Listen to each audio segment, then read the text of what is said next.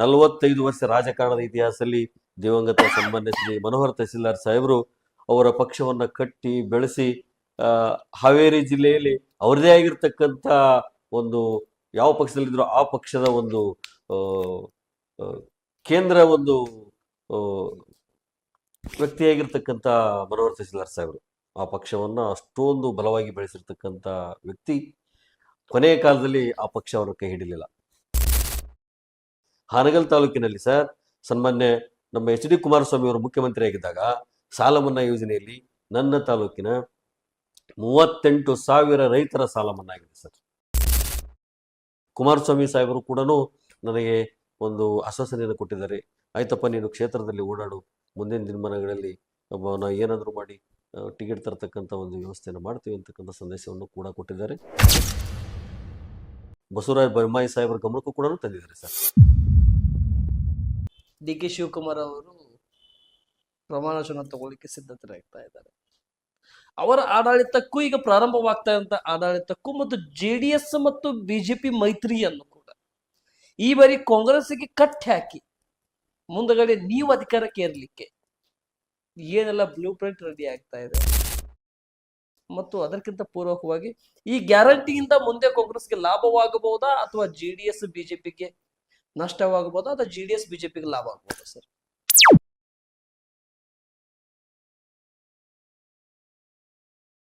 Hi, hello, ನಮಸ್ಕಾರ ವೀಕ್ಷಕರು. ಇಂದು ಕಿತ್ತೂರು ಕರ್ನಾಟಕ ಭಾಗದಲ್ಲಿ ನ್ಯೂಸ್ 43 ಇಂಡಿಯಾ ತಂಡ ಮತ್ತೆ ಇನ್ ಸರ್ವೇದಿಂದ ಅನೇಕ ವಿಷಯಗಳಲ್ಲಿ ಗ್ರೌಂಡ್ ರಿಪೋರ್ಟಿಂಗ್ ಅನ್ನು ನಡೀತಾ ಇದೆ. ಗ್ರೌಂಡ್ ರಿಪೋರ್ಟಿಂಗ್ ನಡೀತಾರಂತ ಉದ್ದೇಶ ಮುಂಬರ್ತಾ ಇರುವಂತ ಸ್ಥಳೀಯ ಸಂಸ್ಥೆ ಚುನಾವಣೆಗಳನ್ನಾಗಿರ್ಲಿ, ತಾಲೂಕು ಪಂಚಾಯತಿ, ಜಿಲ್ಲಾ ಪಂಚಾಯತಿ, ಗ್ರಾಮ ಪಂಚಾಯತಿ ಮತ್ತು ಪಟ್ಟಣ ಪಂಚಾಯತಿ, ಪುರಸಭೆ ಚುನಾವಣೆಗಳನ್ನಾಗಿರ್ಲಿ ಅಥವಾ 2028-29 ವಿಧಾನಸಭೆ ಮತ್ತು ಲೋಕಸಭೆ ಚುನಾವಣೆ ವಿಷಯಗಳ ಬಗ್ಗೆ ರಾಜ್ಯ ಸರ್ಕಾರದ 3 ವರ್ಷ ಆಡಳಿತದಲ್ಲಿ ಆ ವಿಧಾನಸಭಾ ಕ್ಷೇತ್ರದಲ್ಲಿ ಏನು ಕ್ಷೇತ್ರ ಜನತೆಗೆ ಕೊಟ್ಟಿದ್ದಾರೆ, ಮುಂದೆ ಆ ಕ್ಷೇತ್ರದ ಭವಿಷ್ಯ ಏನು, ಮುಂದಿನ ಅಭ್ಯರ್ಥಿಗಳಾಗಿರ್ತಕ್ಕಂಥವರು ಮತ್ತೆ ಮುಂದಿನ ಪಕ್ಷ ಸಂಘಟನೆಯಲ್ಲಿ ತೊಡಗಿಸಿಕೊಂಡು ನಾನೇ ಕೂಡ ಈ ವಿಧಾನಸಭಾ ಕ್ಷೇತ್ರದ ಜನಸೇವೆ ಮತ್ತೆ ಜನಾರ್ದನ ಸೇವೆ ಮಾಡ್ಲಿಕ್ಕೆ ನಾನು ಸಿದ್ಧನಾಗಿದ್ದೇನೆ ಅಂತೇಳಿ ಹೊಟ್ಟಿರ್ತಕ್ಕಂಥ ವಿಷಯದಲ್ಲಿ ಅಂತದೇ ಒಂದು ಕ್ಷೇತ್ರಕ್ಕೆ ನ್ಯೂಸ್ 43 ಇಂಡಿಯಾ ತಂಡ ಮತ್ತೆ ಇನ್ ಸರ್ವೇದಿಂದ ಭೇಟಿ ಮಾಡಲಾಗಿದೆ.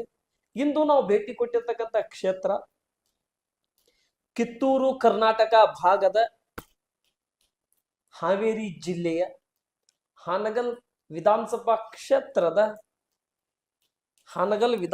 ಕ್ಷೇತ್ರ ವ್ಯಾಪ್ತಿಯಲ್ಲಿ ನ್ಯೂಸ್ 43 ಇಂಡಿಯಾ ತಂಡ ಮತ್ತೆ ಇನ್ ಸರ್ವೇದಿಂದ ಭೇಟಿ ಮಾಡಲಾಗಿದೆ. ಹಾನಗಲಿನಲ್ಲಿ ಅನೇಕ ಜಗದ್ಗುರುಗಳ ಸಂತ ಸೂಫಿಗಳವರ ಕ್ಷೇತ್ರ ಈ ಭಾಗವನ್ನು ಕೂಡ ಆಗಿದೆ.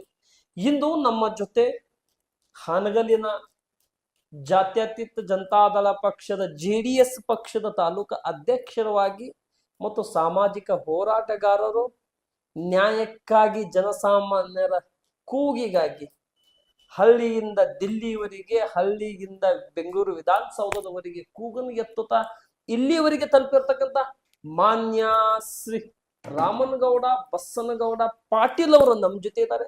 ಬನ್ನಿ ವೀಕ್ಷಕರೇ, ಮುಂದಿನ ವಿಧಾನಸಭೆ ಚುನಾವಣೆಗೆ ಇವ್ರದ್ದು ಕೂಗಿಗಿಂತ ಕ್ಷೇತ್ರದಲ್ಲಿ ಮತದಾರ ಕೂಗನ್ನೇ ಅತಿ ಹೆಚ್ಚು ವೇಗವಾಗಿ ಬರ್ತಾ ಇದೆ. ಇವೆಲ್ಲ ಸಂಘಟನೆ ವಿಷಯಗಳನ್ನು ಮತ್ತು ಇವ್ರಿಗೆ ಯಾಕೆ ಮುಂದಿನ ವಿಧಾನಸಭೆ ಚುನಾವಣೆಗೆ ಇವರು ಮುಖ ಇದೆ ಅನ್ನುವಂಥ ವಿಷಯಗಳನ್ನು ಇವರಿಂದ ತಿಳಿದುಕೊಳ್ಳೋಣ. ಈ ಸಂದರ್ಶನ ಜೊತೆ ಪ್ರಾರಂಭ ಮಾಡಿಕೊಳ್ಳೋಣ. ನಮಸ್ಕಾರ ಗೌಡ್ರೆ. ಸರ್ ನಮಸ್ತೆ. ಚೆನ್ನಾಗಿದ್ದೀರಾ? ಚೆನ್ನಾಗಿದೆ ಸರ್. ರಾಮನಗೌಡ್ರೆ ಬಸನಗೌಡ್ರ ಪಾಟೀಲ್ ಅವರೇ, ಹತ್ತತ್ರ 2 ವರ್ಷ ಆಗಿರ್ಬೋದು ಅಂತ ನಾನು ಅನ್ಕೊಂತೇನೆ ನಿಮ್ಮ 2ನೇ ಕಾಲದ ಭೇಟಿ. ಮೊದಲನೇ ಕಾಲದ ಭೇಟಿ ಲೋಕಸಭೆ ಚುನಾವಣೆಯ ಹೊಸ್ತಿಲಲ್ಲಿ ಸರ್. ಈಗ 2ನೆಯ ಭೇಟಿ ವಿಧಾನಸಭೆ ಚುನಾವಣೆಯ 2 ವರ್ಷದ ಹೊಸ್ತಿಲಲ್ಲಿ ನಾವಿದ್ದೀವಿ. ಈಗ ಹೇಗಿದ್ದೀರಾ ಗೌಡ್ರೆ? ಚೆನ್ನಾಗಿದ್ದೀರಾ? ಚೆನ್ನಾಗಿದ್ದೀನಿ ಸರ್. ಆರೋಗ್ಯ ಹೇಗಿದೆ? ಆರೋಗ್ಯ ಚೆನ್ನಾಗಿದೆ ಸರ್. ನನ್ನ ತಾಲೂಕಿನ ಸಮಸ್ತ ಜನತೆ ಆಶೀರ್ವಾದದೊಂದಿಗೆ ಹಾನಗಲ್ ತಾಲೂಕಿನ ಜನರ ಸೇವೆ ಮಾಡ್ಬೇಕು ಅಂತ ಅವರೆಲ್ಲ ಆಶೀರ್ವಾದ ಚೆನ್ನಾಗಿದೆ. ಆದ್ರೆ ಒಂದು ವಿಷಯ ಹೇಳಲಿಕ್ಕೆ ಇಷ್ಟಪಡ್ತೇನೆ, ಫೇಸ್ ಕಟ್ ನಲ್ಲಿ ನಿಮ್ಮ ವಾಕಿಂಗ್ ಸ್ಟೈಲ್ ನಲ್ಲಿ ಪೂರಾ JDS ಮುಣಪಾಗಿಟ್ಟುಕೊಂಡ್ಬಿಟ್ರಲ್ಲ ಸರ್, ಹೇಗೆ ಸಾಧ್ಯ ಇದೆ? ಏನಿಲ್ಲ ಸರ್, ರಾಜಕಾರಣದಲ್ಲಿ ಯಾವತ್ತು ಒಂದು ಪಕ್ಷನಿಷ್ಠೆ ಇರಬೇಕು ಅಂತಕ್ಕಂಥದ್ದು ಒಂದು ತತ್ವ ಸಿದ್ಧಾಂತ. ನಿಜವಾಗ್ಲೂ ಅದರ ಅವಶ್ಯಕತೆ ಕೂಡ ತುಂಬಾ ಇದೆ ಸರ್. ಯಾಕೆಂತ ಹೇಳಿದ್ರೆ ಆಮೇಲೆ ಸರ್ವೇ ಸಾಮಾನ್ಯ ಜನರು ಕೂಡ ಒಬ್ಬ ವ್ಯಕ್ತಿಯನ್ನ ಅವನು ಯಾವ ಒಂದು ಪಕ್ಷದಲ್ಲಿ ಹೇಗೆ ಗಟ್ಟಿಯಾಗಿ ನಿಲ್ತಾನೆ ಅಂತಕ್ಕಂಥದ್ದು ಕೂಡ ನಿರೀಕ್ಷೆಯಲ್ಲಿರ್ತಾರೆ ಸರ್. ಸೊ ಹಾಗಾಗಿ ನನ್ನ ವಿಚಾರ, ನಾವು ಜಾತ್ಯತೀತ ಪಕ್ಷವಾಗಿರೋದ್ರಿಂದ ಸಮಸ್ತ ಜನತೆಗೆ ಸಾರ್ವಜನಿಕ ಸೇವೆ ಮಾಡಬೇಕು ಅಂತಕ್ಕಂಥ ಆಸೆ ಇಟ್ಕೊಂಡಿರೋದ್ರಿಂದ ನಾನು ಜಾತ್ಯತೀತ ಪಕ್ಷವಾಗಿರ್ತಕ್ಕಂಥ JDS ಪಕ್ಷದ ಜೊತೆಗೆ ನನಗೆ ಮತದಾನದ ಅಧಿಕಾರ ಬಂದಾಗಿಂದ ಕೂಡ ನಾನು JDS ಪಕ್ಷದಲ್ಲಿ ಇದ್ದಿದ್ದೆ ಸರ್. ಸರಿ, JDS ಪಕ್ಷ ಒಂದು ಸುಮಾರು ಒಂದು 40 ವರ್ಷ ಸರ್ ಈಗ ಎಸ್ ಸರ್, ನೀವು JDS ಪಕ್ಷದಲ್ಲಿ ಇದ್ದು. ಎಸ್ ಸರ್, ಹೇಳಿ ಸರ್. ಯಾಕೆ ಸರ್ JDS ಪಕ್ಷನ ಯಾಕೆ ಇಷ್ಟಪಟ್ರಿ ನೀವು? ಯಾಕೆ JDS ಪಕ್ಷನ ಆಯ್ಕೆ ಮಾಡ್ಕೊಂಡ್ರಿ ಅಂತ ನಾ ಕೇಳ್ಬೋದಾ? ಸರ್, ಹಿಂದೆ ಕೂಡ ನೀವು ಈ ಪ್ರಶ್ನೆ ಕೇಳಿದ್ರಿ. ನನಗೆ ಆ್ಯಕ್ಚುಲಿ JDS ಪಕ್ಷ ನನಗೆ ಒಂದು ಸ್ಫೂರ್ತಿದಾಯಕ ಪಕ್ಷ. ನನ್ನ ಚಿಕ್ಕ ವಯಸ್ಸಿನಲ್ಲಿ 7ನೇ ಕ್ಲಾಸಿನ ವಯಸ್ಸಿನಲ್ಲಿ ಕೂಡ ಇದು ನನಗೆ ಒಂದು ಅದೃಷ್ಟದಾಯಕವಾಗಿ ನನಗೆ ಆ ಪಕ್ಷದ ಹಿರಿಯ ನಾಯಕರ ಜೊತೆಗೆ ಒಂದು ವೇದಿಕೆಯನ್ನು ಹಂಚಿಕೊಳ್ತಕ್ಕಂಥ ಒಂದು ಸಂದರ್ಭ ಬಂದಾಗ ಸನ್ಮಾನ್ಯ ನಮ್ಮ ಮಾಜಿ ಪ್ರಧಾನಿಗಳಾಗಿರ್ತಕ್ಕಂಥ HD ದೇವೇಗೌಡ ಸಾಹೇಬರು ಹಾಗೂ ಅವಾಗ ನೀರಾವರಿ ಮಂತ್ರಿಗಳಾಗಿರ್ತಕ್ಕಂಥ ಸನ್ಮಾನ್ಯ ನಜೀರ್ ಸಾಹೇಬರು, ಅವರಿಗೆ ನೀರ್ ಸಾಹೇಬರು ಅಂತಲೇ ಕರಿತಾ ಇದ್ರು, ಒಂದು ಹಳ್ಳಿಯಲ್ಲಿ ಒಂದು ಕಾರ್ಯಕ್ರಮಕ್ಕೆ ಬಂದಾಗ ಆ ಒಂದು ಕಾರ್ಯಕ್ರಮದ ಉದ್ಘಾಟನೆಯನ್ನು ನನ್ನಿಂದನೇ ಮಾಡಿಸಿದ್ರು. ಸೊ ಅವತ್ತಿಂದ ಒಂದು ಆ ಪಕ್ಷದ ತತ್ವ ಸಿದ್ಧಾಂತಗಳು ಆ ಪಕ್ಷ ಬೆಳೆದು ಬಂದಿರತಕ್ಕಂಥ ಇತಿಹಾಸ, ನಮ್ಮ JDS ಪಕ್ಷದ ಕರ್ನಾಟಕ ರಾಜ್ಯದಿಂದ ಒಬ್ಬ ನಮ್ಮ ರಾಷ್ಟ್ರಕ್ಕೆ ಪ್ರಧಾನಿಗಳನ್ನು ಕೊಟ್ಟಿರ್ತಕ್ಕಂಥ ಪಕ್ಷ, ರೈತರ ಸಾಲ ಮನ್ನಾ ಮಾಡಿರ್ತಕ್ಕಂಥ ಪಕ್ಷ, ಆಮೇಲೆ ಸಾಮಾಜಿಕವಾಗಿ ಪ್ರತಿ ನಾಗರಿಕರಿಗೂ ಕೂಡ ಸಾರ್ವಜನಿಕರಿಗೂ ಕೂಡ ಸಾರ್ವಜನಿಕ ವ್ಯವಸ್ಥೆಯಲ್ಲಿ ಸರ್ಕಾರದಿಂದ ಬರ್ತಕ್ಕಂಥ ಸವಲತ್ತುಗಳನ್ನು ಕಲ್ಪಿಸಿಕೊಟ್ಟಿರ್ತಕ್ಕಂಥ ಏಕೈಕ ಪಕ್ಷ ನಮ್ಮ JDS ಪಕ್ಷ. ಸೊ ಹಾಗಾಗಿ ಸಾರ್ವಜನಿಕರ ಜೊತೆಗೆ ಜಾತ್ಯತೀತವಾಗಿರ್ತಕ್ಕಂಥ ಪಕ್ಷ JDS ಪಕ್ಷ ಅಂದ್ಕೊಂಡು ಅದ್ರ ಜೊತೆಗಿದೆ ಸರ್. ನಮ್ಮ ನಾಯಕರು ಕೂಡ ನಮ್ಮನ್ನು ತುಂಬ ಗೌರವಿಸ್ತಾರೆ. ಹಾಗಾಗಿ ಅವರ ಗೌರವ, ಅವರ ಶ್ರೀರಕ್ಷೆ ನಮ್ಮನ್ನು ಇಷ್ಟು ದೂರಕ್ಕೆ ಕರ್ಕೊಂಡ್ಬಂದಿದೆ ಸರ್. ಮೊನ್ನಿಂದ ನಾನು ಕೂಡ ಒಂದು ಸುದ್ದಿಯನ್ನು ಕೇಳ್ತಾ ಇದ್ದೇನೆ. ಹಾನಗಲ್ ವಿಧಾನಸಭಾ ಕ್ಷೇತ್ರದ ಮುಂದಿನ 2028ರ ಚುನಾವಣೆಗೆ ನಮ್ಮ ಬದಲಾವಣೆ ಇದೆ ಅನ್ನೋಂಥ ಒಂದು ಸುದ್ದಿ ನಾವು ಕೇಳ್ತಾ ಇದ್ದೀವಿ. ಪ್ರತಿ ಸತಿ ಇಲ್ಲಿ ಕಾಂಗ್ರೆಸ್ಸು ಬಿಜೆಪಿ ಸಿಗ್ತಾ ಇತ್ತು. ಆದರೆ ಈ ಬಾರಿ 2 ಫೀಲ್ಡ್ ಆಯ್ತು. ಒಂದು ಬೈ ಎಲೆಕ್ಷನ್, ಒಂದು 2023ರ ಸಾರ್ವತ್ರಿಕ ಚುನಾವಣೆಯಲ್ಲಿ ಕೂಡ ನಾವು ಸ್ಟೇಟ್ ವಾಗಿ 2 ಬಾರಿ ಕೂಡ ಕಾಂಗ್ರೆಸ್ಗೆ ನಾವು ಸಪೋರ್ಟ್ ಕೊಟ್ಟಿದ್ದೀವಿ. ಆದ್ರೆ ಈ ಬಾರಿ ನಾವು ಬದಲಾವಣೆ ಮಾಡ್ತೀವಿ ಅಂತ ಒಂದು ಸುದ್ದಿ ಕೇಳ್ತಾ ಇದ್ದೀವಿ. ಆ ಬದಲಾವಣೆ ಆಗುವುದಾದ್ರೆ ರಾಮನಗೌಡರನ್ನ ತಗೊಂಬಂದು ಬಿಜೆಪಿ ಮತ್ತು ಭಾರತೀಯ ಜನತಾ ಪಕ್ಷ ಮತ್ತು JDS ಪಕ್ಷದ ಮೈತ್ರಿ ಅಭ್ಯರ್ಥಿಯಾಗಿ ಕಣಕ್ಕಿಳಿಸಬೇಕು. ಇಳಿಸ್ತಿಲ್ಲ ಅಂದ್ರೆ ನಾವು ಬಿಡೋದಿಲ್ಲ ಅನ್ನೋಂಥ ಕೆಲವೊಂದಿಷ್ಟು ಕ್ಷೇತ್ರದಲ್ಲಿ ಕೂಗನ್ನು ಕೂಡ ಹರಿದಾಡ್ತಾ ಇದೆ. ಈ ಕೂಗು ಸಾವಂತರವಾಗಿರುವಂತ ನಿಷ್ಠಾವಂತ ಕೂಗನ ಅಥವಾ ಹೇಳಿಸಿರ್ತಕ್ಕಂಥ ಕೂಗಾಗಿರ್ಬಹುದು ಸರ್ ಇದು? ಸರ್, ಈಗ ನಮ್ಮ ತಾಲೂಕಿನ ಜನ ಹೇಳಿಕೆ ಮಾತುಗಳನ್ನ ಕೇಳುವ ಮಟ್ಟದ ನಮ್ಮ ಜನ ಇಲ್ಲ ಸರ್. ನಮ್ಮ ಜನದ ಒಂದು ವಿಚಾರಧಾರೆ ಹೆಂಗಂದ್ರೆ ಸರ್, ನಮಗೆ ಹತ್ತಿರವಾಗಿರ್ತಕ್ಕಂಥ, ನಮ್ಮ ಕಷ್ಟ ಸುಖಗಳ ಜೊತೆಗಿರ್ತಕ್ಕಂಥ, ನಿರಂತರ ನಮ್ಮ ಸಂಪರ್ಕಕ್ಕೆ ಸಿಗತಕ್ಕಂಥ ವ್ಯಕ್ತಿಯನ್ನು ಬಯಸ್ತಕ್ಕಂಥದ್ದು ಸರ್ವೇ ಸಾಮಾನ್ಯವಾಗಿರ್ತಕ್ಕಂಥದ್ದು ನಮ್ಮ ತಾಲೂಕಿನ ಜನರ ಒಂದು ಸಂಸ್ಕಾರ ಸರ್, ನಡೆನುಡಿಯವ್ರದ್ದು. ಈ ಹಿಂದೆ ಸನ್ಮಾನ್ಯ CM ಉದಾಸಿ ಸಾಹೇಬರು, ಹಾಗಾಗಿ ಸನ್ಮಾನ್ಯ ಮನೋಹರ್ ತಹಸೀಲ್ದಾರ್ ಸಾಹೇಬರನ್ನ ಗೌರವಿಸಿ ಅವರಿಗೆ ಸುಮಾರು ಸುದೀರ್ಘ ಕಾಲದ ರಾಜಕಾರಣ ಒಂದು ಇತಿಹಾಸವನ್ನು ಕೊಟ್ಟಿರ್ತಕ್ಕಂಥ ನಮ್ಮ ಪಕ್ಷ. ಅದೇ ರೀತಿಯಾಗಿ ಇತ್ತೀಚಿನ ದಿನಮಾನಗಳಲ್ಲಿ ಹೊರಗಡೆಯಿಂದ ಬಂದಿರತಕ್ಕಂಥ ವ್ಯಕ್ತಿಗಳನ್ನು ಕೂಡ ಗೌರವಿಸಿರ್ತಕ್ಕಂಥ ನಮ್ಮ ತಾಲೂಕಿನ ಜನ ಇದ್ದಾರೆ ಸರ್. ನೋಡೋಣ ಒಂದ್ಸಾರಿ ಏನಾಗೋದು ನೋಡೋಣ, ಹೊರಗಡೆಯವರು ಏನಾದರೂ ನಮಗೆ ಒಳ್ಳೆ ಸೇವೆ ಕೊಡ್ತಾರೆ ಅಂತಕ್ಕಂಥ ಮನೋಭಾವನೆ ಇಟ್ಕೊಂಡು ಒಂದು ಅಧಿಕಾರವನ್ನು ಕೊಟ್ಟಿದ್ದಾರೆ ಸರ್. ಒಂದ್ಸಾರಿ ಮಧ್ಯಂತರ ಚುನಾವಣೆಯಲ್ಲಿ 15 ತಿಂಗಳ ಒಂದು ಅವಧಿಗೆ ಕೊಟ್ಟಿದ್ದಾರೆ. ಇವಾಗ 2023 ಚುನಾವಣೆಯಲ್ಲಿ 5 ವರ್ಷದ ಅವಧಿಗೆ ಕಾಂಗ್ರೆಸ್ ಪಕ್ಷದಿಂದ ಅಧಿಕಾರವನ್ನು ಕೊಟ್ಟಿದ್ದಾರೆ. ಆದರೆ ಅದು ಎಷ್ಟರ ಮಟ್ಟಿಗೆ ರೀಚ್ ಆಗಿದೆ ಅಂತಕ್ಕಂಥದ್ದನ್ನು ತಾವು ಮಾಡಿರ್ತಕ್ಕಂಥ ಸರ್ವೆಯಲ್ಲೇ ಗೊತ್ತಾಗಿದೆ. ಯಾಕೆಂತಂದ್ರೆ ತಾವು ಇದೀಗ ತಾನೇ ಹೇಳಿದ್ರಿ ನನಗೆ, ಒಬ್ಬ BJP JDS ಮೈತ್ರಿ ಅಭ್ಯರ್ಥಿ ಕೊಟ್ಟರೆ ಅದು ರಾಮನಗೌಡರಿಗೆ ಕೊಟ್ಟರೆ ನಾವು ಗೆಲ್ಸ್ಕೊಂಡ್ಬರ್ತೀವಿ ಅಂತಕ್ಕಂಥ ಮಾತನ್ನು ತಾಲೂಕಿನ ಜನ ಮಾತಾಡ್ತಿದ್ದಾರೆ ಅಂತಕ್ಕಂಥ ಮಾತನ್ನು ಕೂಡ ಹೇಳಿದ್ರಿ. ಹಾಗಾಗಿ ನಮ್ಮ ತಾಲೂಕಿನ ಜನ ಏನು ನಿರೀಕ್ಷೆಯಲ್ಲಿದ್ದಾರೆ ಅಂದರೆ ಸರ್, ನಮ್ಮ ತಾಲೂಕು 100ಕ್ಕೆ 99.9% ರೈತರು ಇರ್ತಕ್ಕಂಥ ಪಕ್ಷ ಸರ್, ತಾಲೂಕು ಸರ್. ಹಾಗಾಗಿ ರೈತರನ್ನ ಗೌರವಿಸ್ತಕ್ಕಂಥ ಪಕ್ಷ, ರೈತರ ಕಷ್ಟ ನಷ್ಟಗಳ ಜೊತೆಗಿರ್ತಕ್ಕಂಥ ನಾಯಕ ಬೇಕು. ರೈತರು ಬೆಳೆದಿರ್ತಕ್ಕಂಥ ಬೆಳೆಗಳಿಗೆ ಬೆಂಬಲ ಬೆಲೆ ಸಿಗ್ತಕ್ಕಂಥ ವ್ಯವಸ್ಥೆ ಆಗಬೇಕು. ರೈತರಿಗೆ ಬೇಕಾಗಿರ್ತಕ್ಕಂಥ ಎಲ್ಲ ಸವಲತ್ತುಗಳು ಕೂಡ ಅತಿ ಸುಗಮವಾಗಿ ಸಿಗಬೇಕು ಅಂತಕ್ಕಂಥ ವ್ಯವಸ್ಥೆಯನ್ನು ಕಲ್ಪಿಸಿಕೊಡ್ತಕ್ಕಂಥ ಒಬ್ಬ ನಾಯಕ ಬೇಕು ಅಂತಕ್ಕಂಥ ಕನಸನ್ನು ನನ್ನ ತಾಲೂಕಿನ ಧೀಮಂತ ರೈತ ನಾಯಕರು ಕಾಣ್ತಾ ಇದ್ದಾರೆ ಸರ್. ಸೊ ಆ ನಿರೀಕ್ಷೆಯಲ್ಲಿದ್ದಾರೆ. ಅದೇ ರೀತಿಯಾಗಿ ಕೂಡ ನನ್ನ ತಾಲೂಕಿನ ಮಕ್ಕಳು ವಿದ್ಯಾಭ್ಯಾಸವನ್ನು ಮಾಡಿಕೊಂಡು ಸಾವಿರಾರು ಜನ ಸರ್ ಡಿಗ್ರಿ ಮುಗಿಸ್ಕೊಂಡು ಅವರ ಒಂದು ಶಿಕ್ಷಣದ ವ್ಯವಸ್ಥೆಯನ್ನು ಕಂಪ್ಲೀಟ್ ಮಾಡಿಕೊಂಡು ಉದ್ಯೋಗದ ನಿರೀಕ್ಷೆಯಲ್ಲಿದ್ದಾರೆ. ಉದ್ಯೋಗದ ನಿರೀಕ್ಷೆ ಅವರಿಗೆ ಇತ್ತೀಚಿನ ದಿನಮಾನಗಳಲ್ಲಿ ಮರೀಚಿಕೆಯಾಗಿದೆ.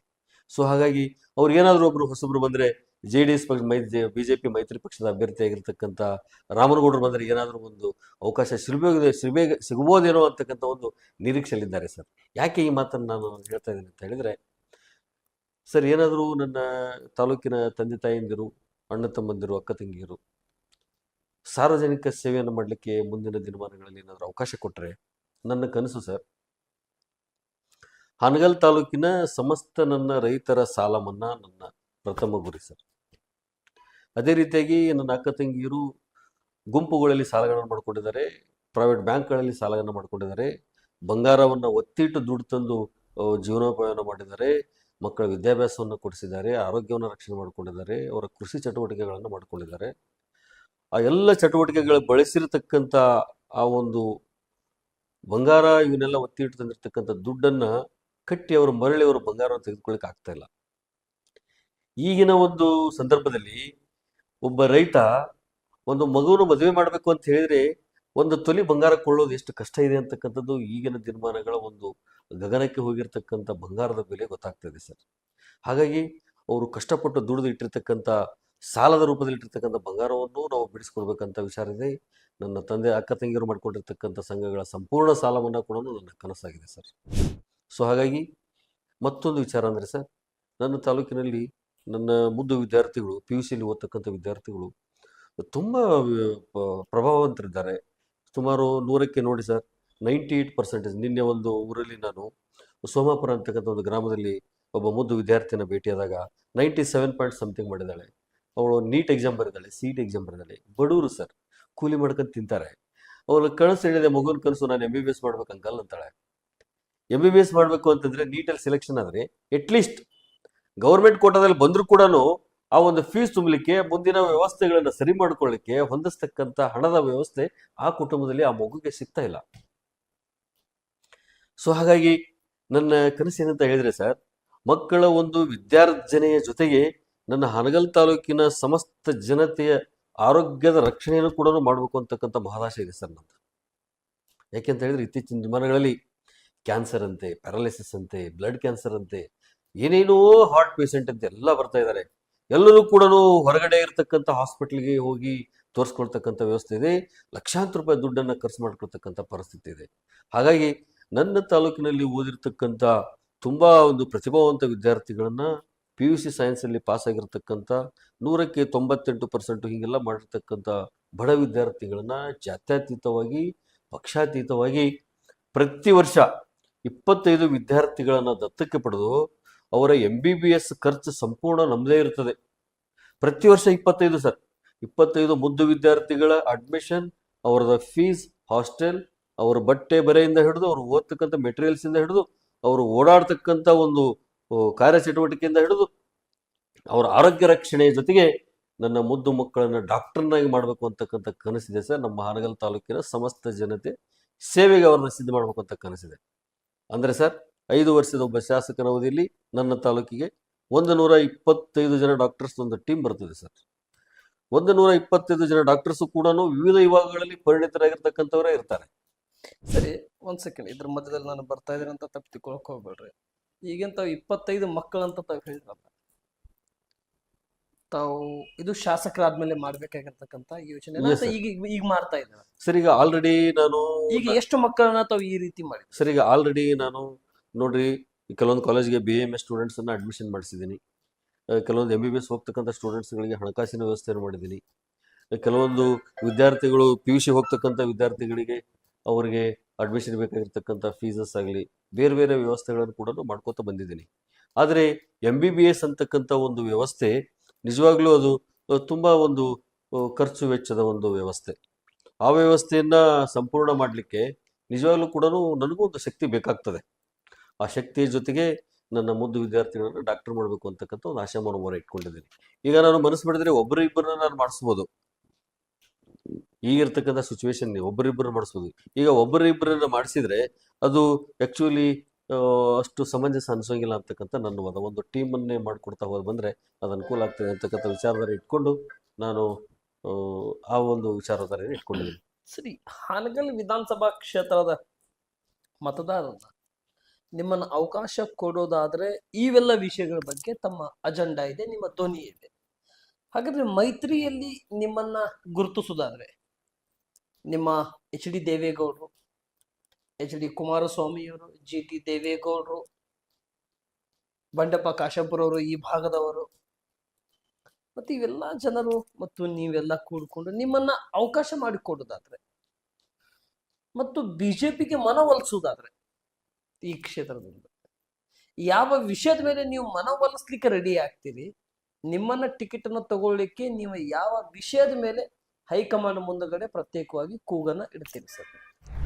ಸರಿಗ ನಾನು ನಿರಂತರವಾಗಿ 2023 ಚುನಾವಣೆ ಮುಗಿದಾಗಿಂದ ಹಿಡಿದು ಸುಮಾರು 3-4 ತಿಂಗಳ ನಂತರ ನಾನು 24/7 ಕ್ಷೇತ್ರದಲ್ಲಿ ಕೆಲಸ ಮಾಡ್ತಾ ಇದ್ದೀನಿ ಸರ್. ಒಬ್ಬ ನನ್ನ ತಾಲೂಕಿನಲ್ಲಿರ್ತಕ್ಕಂಥ ಸಮಸ್ಯೆಗಳನ್ನ ತಾಲೂಕಿನ ಅಧಿಕಾರಿಗಳ ಗಮನಕ್ಕೆ ತರೋದು, ಶಾಸಕರ ಗಮನಕ್ಕೆ ತರೋದು, ಹಾಗಾಗಿ ಲೋಕಸಭಾ ಸದಸ್ಯರ ಗಮನಕ್ಕೆ ತರೋದು, ಸಂಬಂಧಪಟ್ಟ ಇಲಾಖಾಧಿಕಾರಿಗಳ ಗಮನಕ್ಕೆ ತಂದು ನನ್ನದೇ ಆಗಿರ್ತಕ್ಕಂಥ ಒಂದು ವ್ಯವಸ್ಥೆಯಲ್ಲಿ ಕೆಲಸಗಳನ್ನು ಸಾರ್ವಜನಿಕರಿಗೆ ಸರಿ ಮಾಡಿಕೊಡ್ತಕ್ಕಂಥ ಪ್ರಕ್ರಿಯೆಯನ್ನು ಪ್ರಾರಂಭದಲ್ಲಿ ಇಟ್ಟಿದ್ದೀನಿ ಸರ್. ತಾಲೂಕಿನ ಜನಕ್ಕೆ ಸೇವೆ ಕೊಡ್ತಾ ಅದೇ ರೀತಿಯಾಗಿ ಸರ್ ನನ್ನ ತಾಲೂಕಲ್ಲಿ JDS ಪಕ್ಷದ ಅಸ್ತಿತ್ವ ತುಂಬ ಗಟ್ಟಿಯಾಗಿದೆ ಸರ್.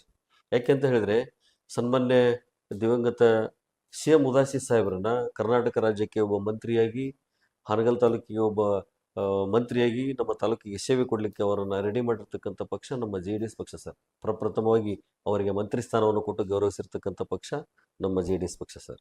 ಅದೇ ರೀತಿಯಾಗಿ 45 ವರ್ಷ ರಾಜಕಾರಣದ ಇತಿಹಾಸದಲ್ಲಿ ದಿವಂಗತ ಸನ್ಮಾನ್ಯ ಶ್ರೀ ಮನೋಹರ್ ತಹಸೀಲ್ದಾರ್ ಸಾಹೇಬರು ಅವರ ಪಕ್ಷವನ್ನ ಕಟ್ಟಿ ಬೆಳೆಸಿ ಹಾವೇರಿ ಜಿಲ್ಲೆಯಲ್ಲಿ ಅವರದೇ ಆಗಿರ್ತಕ್ಕಂಥ ಒಂದು ಯಾವ ಪಕ್ಷದಲ್ಲಿದ್ರು ಆ ಪಕ್ಷದ ಒಂದು ಕೇಂದ್ರ ಒಂದು ವ್ಯಕ್ತಿಯಾಗಿರ್ತಕ್ಕಂಥ ಮನೋಹರ್ ತಹಸೀಲ್ದಾರ್ ಸಾಹೇಬರು ಆ ಪಕ್ಷವನ್ನ ಅಷ್ಟೊಂದು ಬಲವಾಗಿ ಬೆಳೆಸಿರ್ತಕ್ಕಂಥ ವ್ಯಕ್ತಿ. ಕೊನೆಯ ಕಾಲದಲ್ಲಿ ಆ ಪಕ್ಷ ಅವರ ಕೈ ಹಿಡಿಲಿಲ್ಲ 2023ರಲ್ಲಿ ಸರ್. ಹಾಗಾಗಿ ಸನ್ಮಾನ್ಯ ಮನೋಹರ್ ತಹಸೀಲ್ದಾರ್ ಸಾಹೇಬರ ಒಂದು ಹಾನಗಲ್ ತಾಲೂಕಿಗೆ ಕರ್ನಾಟಕ ರಾಜ್ಯಕ್ಕೆ ಕೊಟ್ಟಿರ್ತಕ್ಕಂಥ ಕೊಡುಗೆಯನ್ನ ನಾವು ಗೌರವಿಸಿ ಸನ್ಮಾನ್ಯ ನಮ್ಮ ರಾಜ್ಯಾಧ್ಯಕ್ಷರಾಗಿರ್ತಕ್ಕಂಥ HD ಕುಮಾರಸ್ವಾಮಿ ಅವರು ಅದೀಗ ತಾನೇ ರಾಜ್ಯಾಧ್ಯಕ್ಷರಾಗಿ ಬಂದಿರತಕ್ಕಂಥ CM ಇಬ್ರಾಹಿಂ ಸಾಹೇಬರ ಆದೇಶದ ಮೇರೆಗೆ ಅವರಿಗೆ ಹಾನಗಲ್ ತಾಲೂಕಿನ JDS ಪಕ್ಷದ ಅಭ್ಯರ್ಥಿಯನ್ನಾಗಿ ಮಾಡಿದ್ರು ಸರ್. ಆ ಖುಷಿ ಕೂಡ ನಮಗಿದೆ ಸರ್. ಕಾಂಗ್ರೆಸ್ ಪಕ್ಷ ದುಡಿಸಿಕೊಂಡು ಅವರನ್ನ ನಡೆಸಿಕೊಂಡು ಆಡಳಿತವನ್ನು ಪಡೆದುಕೊಂಡು ಪಕ್ಷ ಸಂಘಟನೆ ಮಾಡಿ ಹಾವೇರಿ ಜಿಲ್ಲೆಯಲ್ಲಿ 6 ಕಾಂಗ್ರೆಸ್ ಬರತಕ್ಕಂಥ ಮಾಡಿರ್ತಕ್ಕಂಥ ಧೀಮಂತ ನಾಯಕನನ್ನ ಕಡೆಗಣಿಸಿರ್ತಕ್ಕಂಥ ಪಕ್ಷದ ಒಬ್ಬ ಧೀಮಂತ ನಾಯಕನನ್ನ ಗೌರವಿಸಿ ನಮ್ಮ JDS ಪಕ್ಷದ ಟಿಕೆಟ್ ಕೊಟ್ಟು ಅವರನ್ನು ಗೌರವಿಸಿ ಸರ್. ಆ ಹೆಮ್ಮೆ ಇದೆ ಸರ್. ಅದರ ಜೊತೆಗೆ ಹಾನಗಲ್ ತಾಲೂಕಿನಲ್ಲಿ ಸರ್ ಸನ್ಮಾನ್ಯ ನಮ್ಮ HD ಕುಮಾರಸ್ವಾಮಿ ಅವರು ಮುಖ್ಯಮಂತ್ರಿಯಾಗಿದ್ದಾಗ ಸಾಲ ಮನ್ನಾ ಯೋಜನೆಯಲ್ಲಿ ನನ್ನ ತಾಲೂಕಿನ 38,000 ರೈತರ ಸಾಲ ಮನ್ನಾ ಆಗಿದೆ ಸರ್. ಹಾಗಾಗಿ ನಮ್ಮ JDS ಪಕ್ಷದ ಕೊಡುಗೆ ಹಾನಗಲ್ ತಾಲೂಕಿಗೆ ತುಂಬಾ ಇದೆ ಸರ್. ಅದೇ ರೀತಿಯಾಗಿ ಸರ್ ನಮ್ಮ ತಾಲೂಕಿನಲ್ಲಿ ಈಗ ಅಲ್ಪಸಂಖ್ಯಾತರ ಘಟಕಕ್ಕೆ ಸರ್ ಅಲ್ಪಸಂಖ್ಯಾತರಿಗೆ ನಮ್ಮ JDS ಪಕ್ಷ ಜಾತ್ಯತೀತ ಪಕ್ಷವಾಗಿರೋದ್ರಿಂದ 3 ಬಾರಿ ಸರ್ ನಾವು ಅವ್ರಿಗೆ ಟಿಕೆಟ್ ಕೊಟ್ಟಿದ್ದೇವೆ. ನಾವು ಒಂದು ಸಾರಿ ಪಟಾಣವರಿಗೆ ಕೊಟ್ವಿ, ಒಂದ್ಸರಿ ಬೊಮ್ಮನಹಳ್ಳಿ ಬಾಬು ಅಂತೇಳಿ ಬೆಂಗಳೂರಿಂದ ಬಂದ್ರೆ ಅವ್ರಿಗೆ ಕೊಟ್ವಿ, ಮಧ್ಯಂತರ ಚುನಾವಣೆಯಲ್ಲಿ ನ್ಯಾಯಶೇಖ್ ಅಂತಕ್ಕಂಥ ವ್ಯಕ್ತಿಗಳಿಗೆ ಕೂಡ ನಾವು ಕೊಟ್ವಿ. ಹಾಗಾಗಿ ಪಕ್ಷ ಜಾತ್ಯತೀತವಾಗಿ ನಮ್ಮ ಪಕ್ಷ ನಡ್ಕೊಂಡಿರೋದ್ರಿಂದ ನಮ್ಮ ಹಾನಗಲ್ ತಾಲೂಕಿನಲ್ಲಿ ಕೂಡ ನಮ್ಮ ಜಾತ್ಯತೀತ ಒಂದು ನಡೀತದೆ. ಹಾಗಾಗಿ ಹಾನಗಲ್ ತಾಲೂಕಿನಲ್ಲಿ ಮುಂದಿನ ದಿನಮಾನಗಳಲ್ಲಿ ಒಂದು BJP JDS ಮೈತ್ರಿ ಪಕ್ಷವನ್ನ ಒಂದು ಆ ವಿಚಾರದಲ್ಲಿ ನಾನೊಬ್ಬ ಆಕಾಂಕ್ಷಿಯಾಗಿ ಹೊರಹೊಮ್ಮಿದ್ದೇನೆ. ಅದೇ ರೀತಿಯಾಗಿ ಸರ್ ಹೋದ ಸರಿ MP ಚುನಾವಣೆಯಲ್ಲಿ ಸನ್ಮಾನ್ಯ ಬಸವರಾಜ ಬೊಮ್ಮಾಯಿ ಸಾಹೇಬರು ಲೋಕಸಭಾ ಕ್ಷೇತ್ರದ ಅಭ್ಯರ್ಥಿಯಾಗಿ ಬಂದಾಗ ನಿರಂತರವಾಗಿ ಕೆಲಸ ಮಾಡಿದ್ದೇವೆ ಸರ್. ಅವಾಗ ನಾನು ಮನೋಹರ್ ತಹಸೀಲ್ದಾರ್ ಸಾಹೇಬರ ಜೊತೆಯಾಗಿ ಸಂಘಟನೆಯಲ್ಲಿ ಓಡಾಡಿದಾಗ ನಿಜವಾಗ್ಲೂ ಸರ್ 22,000ರಿಂದ 23,000 ಮತ ಜಾಸ್ತಿ ಆಗಿರ್ತಕ್ಕಂಥದ್ದು ಇತಿಹಾಸ ಇದೆ ಸರ್. ಅದಕ್ಕೆ ಸರ್ ಹಿಂದಿನ ಒಂದು ಬ್ಯಾಲೆನ್ಸ್ ಅನ್ನ ಹೊಡೆದು ಹಾಕಿ ಹೆಚ್ಚುವರಿ ಒಂದು ಮತಗಳು ಬಂದಿರತಕ್ಕಂಥದ್ದು ಆ ಚುನಾವಣೆಯಲ್ಲಿದೆ. ಹಾಗಾಗಿ ಆ ಖುಷಿ ಕೂಡ ಇದೆ ಸರ್. ನಿರಂತರವಾಗಿ ತಾಲೂಕಲ್ಲಿ ಓಡಾಡೋದ್ರಿಂದ ಯಾವ ಸಮಸ್ಯೆ ಇದ್ರೂ ಕೂಡ ನಾವು ಜೊತೆಗಿರ್ತೇವೆ. ಹಾಗಾಗಿ ಹಾನಗಲ್ ತಾಲೂಕಿನ ಸಮಸ್ತ ಜನರ ಸೇವೆಯನ್ನ ನಮ್ಮ JDS ಪಕ್ಷದ ವತಿಯಿಂದ ನಾವು ಮೈತ್ರಿ ಪಕ್ಷದ ಅಭ್ಯರ್ಥಿಯಾಗಿ ಮಾಡೋಣ ಅಂತಕ್ಕಂಥ ಒಂದು ಆಶಾಮನೋಭಾವನ ಇಟ್ಕೊಂಡು ಕುಮಾರಸ್ವಾಮಿ ಅವರಲ್ಲಿ ದೇವೇಗೌಡ ಸಾಹೇಬರಲ್ಲಿ ನಮ್ಮ ಹೈಕಮಾಂಡಿಗೆ ಮನವಿಯನ್ನು ಕೊಟ್ಟಿರ್ತಕ್ಕಂಥದ್ದಿದೆ ಸರ್. ಕುಮಾರಸ್ವಾಮಿ ಸಾಹೇಬರು ಕೂಡ ನನಗೆ ಒಂದು ಆಶ್ವಾಸನೆಯನ್ನು ಕೊಟ್ಟಿದ್ದಾರೆ. ಆಯ್ತಪ್ಪ, ನೀನು ಕ್ಷೇತ್ರದಲ್ಲಿ ಓಡಾಡು, ಮುಂದಿನ ದಿನಮಾನಗಳಲ್ಲಿ ನಾವು ಏನಾದರೂ ಮಾಡಿ ಟಿಕೆಟ್ ತರತಕ್ಕಂಥ ಒಂದು ವ್ಯವಸ್ಥೆಯನ್ನು ಮಾಡ್ತೀವಿ ಅಂತಕ್ಕಂಥ ಸಂದೇಶವನ್ನು ಕೂಡ ಕೊಟ್ಟಿದ್ದಾರೆ. ಬಸವರಾಜ ಬೊಮ್ಮಾಯಿ ಸಾಹೇಬರ ಗಮನಕ್ಕೂ ಕೂಡ ತಂದಿದ್ದಾರೆ ಸರ್. ಸರಿ, ಈ ಮುಂದಿನ ಮೈತ್ರಿಗಳ ಬಗ್ಗೆ ತಾವು ಮಾತನಾಡ್ತಾ ಇದ್ದಾರೆ. ಈ ಗ್ಯಾರಂಟಿಗಳ ಬಗ್ಗೆ ನಿಮ್ಮ ಅಭಿಪ್ರಾಯ ಏನಿದೆ ಸರ್? 3 ವರ್ಷ ಸಿದ್ದರಾಮಯ್ಯ ಅವರು ಆಡಳಿತ ನಡೆಸಿದ್ರು. ಈಗ DK ಶಿವಕುಮಾರ್ ಅವರು ಪ್ರಮಾಣ ವಚನ ತಗೊಳ್ಳಿಕ್ಕೆ ಸಿದ್ಧತೆಯಾಗ್ತಾ ಇದ್ದಾರೆ. ಅವರ ಆಡಳಿತಕ್ಕೂ ಈಗ ಪ್ರಾರಂಭವಾಗ್ತಾ ಇರುವಂತ ಆಡಳಿತಕ್ಕೂ ಮತ್ತು JDS ಮತ್ತು BJP ಮೈತ್ರಿಯನ್ನು ಕೂಡ ಈ ಬಾರಿ ಕಾಂಗ್ರೆಸ್ಗೆ ಕಟ್ಟಿ ಹಾಕಿ ಮುಂದಗಡೆ ನೀವು ಅಧಿಕಾರಕ್ಕೆ ಏರ್ಲಿಕ್ಕೆ ಏನೆಲ್ಲ ಬ್ಲೂ ಪ್ರಿಂಟ್ ರೆಡಿ ಆಗ್ತಾ ಇದೆ ಮತ್ತು ಅದಕ್ಕಿಂತ ಪೂರ್ವಕವಾಗಿ ಈ ಗ್ಯಾರಂಟಿಯಿಂದ ಮುಂದೆ ಕಾಂಗ್ರೆಸ್ಗೆ ಲಾಭವಾಗಬಹುದಾ ಅಥವಾ JDS BJPಗೆ ನಷ್ಟವಾಗಬಹುದಾ ಅಥವಾ JDS BJPಗೆ ಲಾಭ ಆಗಬಹುದಾ ಸರ್? ಸರ್, ಈಗ ಗ್ಯಾರಂಟಿ ಯೋಜನೆಗಳನ್ನ ನಾವು ಗೌರವಿಸ್ತೀವಿ ಸರ್. ಯಾಕೆಂತ ಹೇಳಿದ್ರೆ ಇದು ನಮ್ಮ ಸರ್ವೇ ಸಾಮಾನ್ಯ ಜನಕ್ಕೆ ಮುಟ್ಟಿರ್ತಕ್ಕಂಥ ವ್ಯವಸ್ಥೆಗಳು. ಆದರೆ ಆ ಗ್ಯಾರಂಟಿಗಳನ್ನ ಪರಿಪೂರ್ಣವಾಗಿ ಕೊಡ್ತಕ್ಕಂಥ ಕೆಲಸವನ್ನ ಸರ್ಕಾರ ಮಾಡ್ಬೇಕು ಸರ್. ಈ ಹಿಂದೆ 5,000 ಕೋಟಿ ರೂಪಾಯಿಗಳ ಒಂದು ಹಗರಣ ಈ ಒಂದು ಗ್ಯಾರಂಟಿ ಯೋಜನೆಯಲ್ಲಿ ನಡೆದಿದೆ. ಸನ್ಮಾನ್ಯ CM ಸಿದ್ದರಾಮಯ್ಯನವರಿದ್ದಾಗ ಇದಕ್ಕೆ ಇನ್ನೂ ಉತ್ತರನೇ ಸಿಕ್ಕಿಲ್ಲ. ಆ ಹಣ ಎಲ್ಲಿ ಹೋತು? ಈಗ ನನ್ನ ಅಕ್ಕ ತಂಗಿಯರಿಗೆ ಹಾಕ್ತಕ್ಕಂಥ ದುಡ್ಡು ಸರ್, ಅದು ಭಾಗ್ಯಲಕ್ಷ್ಮಿ ಯೋಜನೆನೋ ಏನೋ ಸರ್, ಅದು ಗೃಹಲಕ್ಷ್ಮಿ ಯೋಜನೆ ಸರ್. ಆ ಯೋಜನೆಯಲ್ಲಿ ನಮ್ಮ ತಾಯಂದಿರಿಗೆ 5,000 ಕೋಟಿ ರೂಪಾಯಿ, 2,000 ರೂಪಾಯಿ, ಹೌದು 2,000 ರೂಪಾಯಿ ಹಾಕ್ತಕ್ಕಂಥ ಯೋಜನೆಯಲ್ಲಿ 5,000 ಕೋಟಿ ರೂಪಾಯಿ ಒಂದು ಹಗರಣ ಆಗಿದೆ ಅಂತೇಳಿ ಅವ್ರದೇ ಆಗಿರ್ತಕ್ಕಂಥ ಒಬ್ಬ ಮಂತ್ರಿ ಮಾತಾಡಿರ್ತಕ್ಕಂಥದ್ದು ಇದೆ ಸರ್. ಅದಕ್ಕೆ ಹಿಂದೆ ಇರ್ತಕ್ಕಂಥ ಮಾಜಿ ಮುಖ್ಯಮಂತ್ರಿಗಳಾಗಿರ್ತಕ್ಕಂಥ ಸಿದ್ದರಾಮಯ್ಯನವರು ಅದಕ್ಕೆ ಉತ್ತರನೇ ಕೊಡ್ಲಿಲ್ಲ, ಹಂಗೆ ಹೊರಟೋಗ್ಬಿಟ್ರು.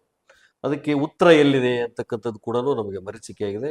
ಆದರೆ ಇವರು ಗ್ಯಾರಂಟಿ ಯೋಜನೆಗಳ ಜೊತೆಗೆ ನಮ್ಮ ಜನರ ಜೊತೆ ಒಂದು ಚಲ್ಲಾಟವನ್ನಾಡಿ ಅವರ ಮನಸ್ಸನ್ನ ಒಂದು ಕಲುಷಿತ ಮಾಡಿ ಅವರಿಗೆ ಮೋಸ ಮಾಡಿ ಓಟ್ ಹಾಕ್ಸ್ಕೊಂಡು ಸರ್ಕಾರವನ್ನು ರಚನೆ ಮಾಡಿದ್ದಾರೆ. ಇವರು ಯಾವುದೇ ಕಾರಣಕ್ಕೂ ನಮ್ಮ ಜನರಿಗೆ ಒಳ್ಳೆ ಆಗ್ತಕ್ಕಂಥ ಕೆಲಸವನ್ನ ಮಾಡ್ತಾ ಇಲ್ಲ. ನಾವು ಕೊಟ್ಟಿರ್ತಕ್ಕಂಥ ಗ್ಯಾರಂಟಿ ಯೋಜನೆಗಳನ್ನ ನಾವು ಗೌರವಿಸ್ತೀವಿ, ಆದರೆ ಗ್ಯಾರಂಟಿ ಯೋಜನೆಗಳು ಪರಿಪೂರ್ಣವಾಗಿ ಮುಟ್ಬೇಕಲ್ಲ ಸರ್. ಮುಟ್ಟಿದಾಗ ಅದು ಪರಿಪೂರ್ಣ ಆಗ್ತದೆ, ಮುಟ್ಲಿಲ್ಲ ಅಂದ್ರೆ ಎಲ್ಲಿ ಪರಿಪೂರ್ಣ ಆಗ್ತದೆ? ಇವರು ಯಾವ ಒಂದು ಕ್ಷೇತ್ರದಲ್ಲಿ ಎಲೆಕ್ಷನ್ ಇರ್ತದೆ ಆ ಕ್ಷೇತ್ರದ ತಾಯಂದಿರಿಗೆ ದುಡ್ಡು ಹಾಕ್ತೀರಿ, ಬೇರೆ ಕ್ಷೇತ್ರದ ಒಂದು ಜನರಿಗೆ ದುಡ್ಡು ಹಾಕೋದಿಲ್ಲ. 4 ತಿಂಗಳು ಹಾಕೋದಿಲ್ಲ, 3 ತಿಂಗಳು ಹಾಕೋದಿಲ್ಲ, 2 ತಿಂಗಳು ಹಾಕೋದಿಲ್ಲ ದುಡ್ಡನ್ನ ಅಂದಾಗ ನೀವು ಎಷ್ಟರ ಮಟ್ಟಿಗೆ ಆಮೇಲೆ 2,000 ರೂಪಾಯಿ ದುಡ್ಡನ್ನು ಹಾಕ್ತೀರಿ. ಆಮೇಲೆ ನಾವು ರೈತರು, ಸರ್ವೇ ಸಾಮಾನ್ಯ ಜನರು ಬೇಕಾಗಿರ್ತಕ್ಕಂಥ ದಿನಸಿ ಸಾಮಾನುಗಳ ರೇಟನ್ನು ಯಾವ ಮಟ್ಟಕ್ಕೆ ಒಯ್ದಿದ್ದೀರಿ ಅಂತಕ್ಕಂಥದ್ದನ್ನ ಜನ ಎಲ್ಲ ನೋಡ್ತಾ ಇದ್ದಾರೆ ಸರ್. ಈ ಗ್ಯಾರಂಟಿಗಳಿಂದ ಎಷ್ಟರ ಮಟ್ಟಿಗೆ ನಮಗೆ ಉಪಯೋಗ ಆಗಿದೆ ಅಂತಕ್ಕಂಥದ್ದು ಕೂಡ ನಮ್ಮ ಸಾರ್ವಜನಿಕರು ಮಾತಾಡ್ತಾ ಇದ್ದಾರೆ. ಮುಂದಿನ ದಿನಮಾನಗಳಲ್ಲಿ ಅವ್ರು ತೀರ್ಮಾನ ತಗೋತಾರೆ ಸರ್. ಬೆಲೆ ಏರಿಕೆ ಬಗ್ಗೆ ನಿಮ್ಮ ಅಭಿಪ್ರಾಯ ಸರ್? ಡೀಸೆಲ್ ಪೆಟ್ರೋಲ್ ಬಗ್ಗೆ ಸರ್, ಡೀಸೆಲ್ ಪೆಟ್ರೋಲ್ ಬಗ್ಗೆ ಮಾತಾಡಬೇಕು ಅಂತ ಹೇಳಿದ್ರೆ ಸರ್, ಈಗ ಅಂತಾರಾಷ್ಟ್ರೀಯ ಮಟ್ಟದಲ್ಲಿ ಯುದ್ಧಗಳು ನಡೆದಾಗ ಈಗ ಹೊರಗಡೆ ದೇಶದಿಂದ ಬರ್ತಕ್ಕಂಥ ವ್ಯವಸ್ಥೆಗಳಿವೆಲ್ಲ, ಡೀಸೆಲ್ ಪೆಟ್ರೋಲ್ಗಳು ಕೂಡ ಕೆಲವೊಂದು ಕಾರ್ಖಾನೆಗಳಿಗೆ ಬರ್ತಕ್ಕಂಥ ರಾ ಮೆಟೀರಿಯಲ್ ಕೂಡ ಒಂದು ಬೇರೆ ದೇಶದಿಂದ ಆಗಿರೋದ್ರಿಂದ ಅದು ಸಮಯಕ್ಕೆ ಸಂದರ್ಭಕ್ಕೆ ತಕ್ಕಂಗೆ ನಮಗೆ ಬಂದು ರೀಚ್ ಆಗ್ತಾ ಇಲ್ಲ. ಆಮೇಲೆ ಅವರು ಆವಾಗ ಕೊಡ್ತಕ್ಕಂಥ ಯುದ್ಧದ ಪೂರ್ವದಲ್ಲಿ ಕೊಡ್ತಕ್ಕಂಥ ಒಂದು ದರನೇ ಬೇರೆ ಇತ್ತು, ಇವಾಗ ಕೊಡ್ತಕ್ಕಂಥ ಟ್ಯಾಕ್ಸೇಷನ್ನೇ ಬೇರೆ ಆಗಿದೆ. ಹಾಗಾಗಿ ಹೆಚ್ಚುವರಿ ಆಗೋದ್ರಿಂದ ಆ ಒಂದು ಇಂಧನವನ್ನು ನಮಗೆ ಸಪ್ಲೈ ಮಾಡಬೇಕು ಅಂದಾಗ ಅವ್ರು ಹೇಳಿದಷ್ಟು ದುಡ್ಡನ್ನು ಕೊಟ್ಟು ನಾವು ತರಲೇಬೇಕಲ್ಲ ಸರ್. ಹಾಗಾಗಿ ಅದನ್ನೇನು ಹೊರೆ ಅನ್ಕೊಳ್ಳೋದಕ್ಕಿಂತ ನಮಗೆ ಬೇಕಾಗಿರ್ತಕ್ಕಂಥ ವ್ಯವಸ್ಥೆಗಳನ್ನ ಸರಿದೂಗಿಸ್ತಾರೆ ಅಂತಕ್ಕಂಥದ್ದು ನನ್ನ ಒಂದು ಮನೋಭಾವನೆ ಆಗಿದೆ ಸರ್. ಸರಿ, ನಾನು ಮತ್ತೆ ಹೊಳ್ಳಿ ಹಾನಗಲ್ ಕಡೆ ಬರ್ತಾ ಇದ್ದೇನೆ. ಹಾನಗಲ್ ವಿಧಾನಸಭಾ ಕ್ಷೇತ್ರದಲ್ಲಿ ನೀವು ಸ್ಪರ್ಧೆ ಮಾಡೋದಕ್ಕಿಂತ ಪೂರ್ವಕವಾಗಿ ಒಂದು ಬೇಡಿಕೆ ಬರ್ತಾ ಇದೆ ಉದ್ಯೋಗದ ಬಗ್ಗೆ. ಸ್ಥಳೀಯದಲ್ಲಿ ಉದ್ಯೋಗ ಇಲ್ಲ ಅನ್ನೋ ವಿಷಯಗಳು ಹರಿದಾಡ್ತಾ ಇದೆ. ಇದ್ರ ಬಗ್ಗೆ ಯಾವತ್ತಾದ್ರೂ ನೀವು ಹೋರಾಟ ಮಾಡಿದ್ರಾ ಸರ್? ನಿಮ್ಮ ಯೋಚನೆ, ನಿಮ್ಮ ಆಲೋಚನೆ? ಸರ್, ಈಗ ಅದನ್ನು ಹೋರಾಟ ಮಾಡೋದಕ್ಕಿಂತ ಅದನ್ನು ತಂದು ನಿಲ್ಲಿಸ್ಬೇಕು ನನ್ನ ವಾದ ಸರ್. ಆ್ಯಕ್ಚುಲಿ ನಮ್ಮ ಭಾರತ ದೇಶದ ಕೇಂದ್ರ ಮಂತ್ರಿಗಳಿಗಿರ್ತಕ್ಕಂಥ ಸನ್ಮಾನ್ಯ HD ಕುಮಾರಸ್ವಾಮಿ ಅವರ ಗಮನಕ್ಕೆ ನಾನು ಸುಮಾರು ಸರಿ ಡೆಲ್ಲಿ ಹೋಗಿ ಸರ್ ಈ ವಿಚಾರವನ್ನು ಪ್ರಸ್ತಾಪ ಮಾಡಿದ್ದೀನಿ ಸರ್. ಸರ್, ನನ್ನ ತಾಲೂಕಿಗೆ ಏನಾದರೂ ಮಾಡಿ 1-2 ಫ್ಯಾಕ್ಟ್ರಿಗಳನ್ನು ಕೊಡಿ, ನನ್ನ ತಾಲೂಕಿನ ಯುವಕ ಯುವತಿಯರು ಒಂದು ಉದ್ಯೋಗ ಸೃಷ್ಟಿ ಆದಂಗೆ ಆಗ್ತದೆ, ನಮ್ಮ ತಾಲೂಕಿನ ಮಕ್ಕಳ ಭವಿಷ್ಯವನ್ನು ಕಟ್ಕೊಳ್ಳಿಕ್ಕೆ ಅನುಕೂಲ ಆಗ್ತದೆ ಅಂತಕ್ಕಂಥ ಒಂದು ವಿಚಾರಧಾರೆ ಇಟ್ಕೊಂಡು ಒಂದು ಪ್ರಸ್ತಾವನೆ ಸಲ್ಲಿಸಿದಾಗ ಕುಮಾರಸ್ವಾಮಿ ಅವರು ಆಯ್ತಪ್ಪ, ಒಂದು ಮುಂದಿನ ದಿನಮಾನಗಳಲ್ಲಿ ನಾನು ಹಾನಗಲ್ ತಾಲೂಕಿಗೆ 1-2 ಫ್ಯಾಕ್ಟ್ರಿಗಳನ್ನು ಕೊಡಬೇಕು ಅಂತ ಪ್ಲಾನ್ ಮಾಡ್ಕೊಂಡಿದ್ದೀನಿ, ಕೊಡ್ತೀನಿ, ಉದ್ಯೋಗ ಸೃಷ್ಟಿಯನ್ನು ಮಾಡೋಣ, ನಮ್ಮ JDS ಪಕ್ಷದಿಂದ ಕೊಡೋಣ ಅಂತಕ್ಕಂಥ ಮಾತನ್ನು ಕೂಡ ಕೊಟ್ಟಿದ್ದಾರೆ ಸರ್. ಸೊ ಹಾಗಾಗಿ ಉದ್ಯೋಗ ಸೃಷ್ಟಿಯನ್ನು ಮಾಡುವಲ್ಲಿ ನಾವು ಮುಂಚೂಣಿಯಲ್ಲಿ ಮುಂದಿನ ದಿನಮಾನಗಳು ಬರ್ತೀವಿ ಅಂತಕ್ಕಂಥದ್ದು ನಮ್ಮ ಆಶಾ ಮನೋಭಾವನೆಯಾಗಿದೆ ಸರ್. ಯಾವುದೇ ಕಾರಣಕ್ಕೂ ಸರ್ ನನ್ನ ಪ್ರಕಾರ ನಾನು ಈಗ ನಿಮಗೆ ಹತ್ರ ಪ್ರಮಾಣೀಕರಿಸ್ತೇನೆ, ಹಾನಗಲ್ ತಾಲೂಕಿಗೆ ಕನಿಷ್ಠ ಒಂದು 40,000-50,000 ಜನರ ಉದ್ಯೋಗ ಸೃಷ್ಟಿ ಮಾಡಬೇಕು ಅಂತಕ್ಕಂಥದ್ದು ನನ್ನ ಆಶಾ ಮನೋಭಾವನೆಯಾಗಿದೆ ಸರ್. ಸರಿ, ಹಾನಗಲ್ ವಿಧಾನಸಭಾ ಕ್ಷೇತ್ರದಲ್ಲಿ ನೀವು ಸ್ಪರ್ಧೆ ಮಾಡೋದಾದ್ರೆ ಜನ ನಿಮ್ಗೆ ಯಾಕೆ ಮತ ಕೊಡ್ಬೇಕು? ಇಷ್ಟೆಲ್ಲ ವಿಷಯಗಳನ್ನ ತಾವು ಇಟ್ಕೊಂಡಿರಿ, ಆದ್ರೆ ನಿಮ್ ಪಕ್ಷ ಮೈತ್ರಿಯಲ್ಲಿದೆ.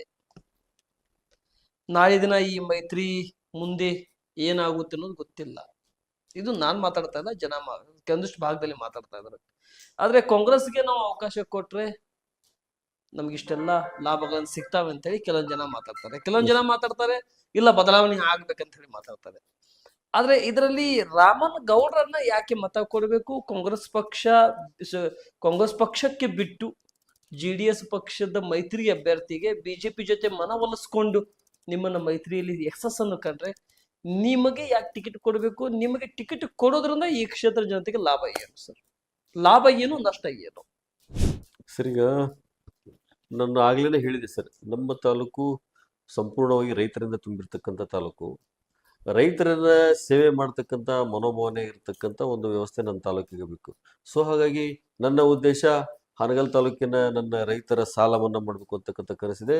ನನ್ನ ರೈತರು ಬೆಳೆದಿರ್ತಕ್ಕಂಥ ಬೆಳೆಗಳನ್ನ ಬೆಂಬಲ ಬೆಲೆಯ ಜೊತೆಗೆ ಅದನ್ನು ನಾವೇ ಖರೀದಿ ಮಾಡಿಸ್ಬೇಕು ಸರ್. ಖರೀದಿ ಮಾಡಿಸಿ ಆ ಬೆಲೆ ಅವ್ರಿಗೆ ಸಿಗತಕ್ಕಂಥ ವ್ಯವಸ್ಥೆಯನ್ನು ಕಲ್ಪಿಸ್ಬೇಕು. ಅದೇ ರೀತಿಯಾಗಿ ರಸಗೊಬ್ಬರ ಸಿಗ್ತಕ್ಕಂಥ ವ್ಯವಸ್ಥೆ ಆಗಬೇಕು. ನಮ್ಮ ಮಕ್ಕಳಿಗೆ ಶಿಕ್ಷಣದ ವ್ಯವಸ್ಥೆ ಕೂಡ ಅತಿ ಒಂದು ಒಳ್ಳೆ ವ್ಯವಸ್ಥೆಯಲ್ಲಿ ಸಿಗಬೇಕು ಅಂತಕ್ಕಂಥ ಒಂದು ಮನೋಭಾವನೆ ಇದೆ ಸರ್. ಹಾಗಾಗಿ ದೀನದಲಿತರು, ಕೂಲಿ ಕಾರ್ಮಿಕರು ಎಲ್ಲ ಇದ್ದಾರೆ ಸರ್ ನಮ್ಮ ತಾಲೂಕಲ್ಲಿ. ಅವರು ಕೂಡ ದಿನ ಸರ್ ಬೆಳಗ್ಗೆ ಊಟ ಕಟ್ಕೊಂಡು ಒಂದು ವೆಹಿಕಲನ್ನು ಹತ್ಕೊಂಡು ಬೇರೆ ಊರಿಗೆ ಹೋಗಿ ದುಡ್ಕೊಂಬರ್ತಕ್ಕಂಥ ಒಂದು ಸೈನ್ಯ ಕೂಡ ನಮ್ಮ ತಾಲೂಕಲ್ಲಿದೆ ಸರ್. ಅವ್ರಿಗೂ ಕೂಡ ಒಂದು ಜೀವನದ ಭದ್ರತೆ ಬೇಕು ಸರ್. ಅವರಿಗೆ ಜೀವನದ ಭದ್ರತೆಯನ್ನು ಕಲ್ಪಿಸಿ ಕೊಡುವುದರ ಜೊತೆಗೆ ಅವರಿಗೆ ಮುಂದಿನ ದಿನಮಾನಗಳಲ್ಲಿ ಅವರ ಸೇವೆಗೆ ಸದಾ ಇರಬೇಕು ಅಂತಕ್ಕಂಥ ಆಶಾ ಮನೋಭಾವನೆಯಿಂದ ನಾನು ಕ್ಷೇತ್ರದಲ್ಲಿ ಓಡಾಡ್ತಾ ಇದ್ದೀನಿ ಸರ್. ಅದನ್ನು ನಮ್ಮ ತಾಲೂಕಿನ ಜನ ನಿಜವಾಗ್ಲೂ ಇಷ್ಟಪಡ್ತಾರೆ ಸರ್.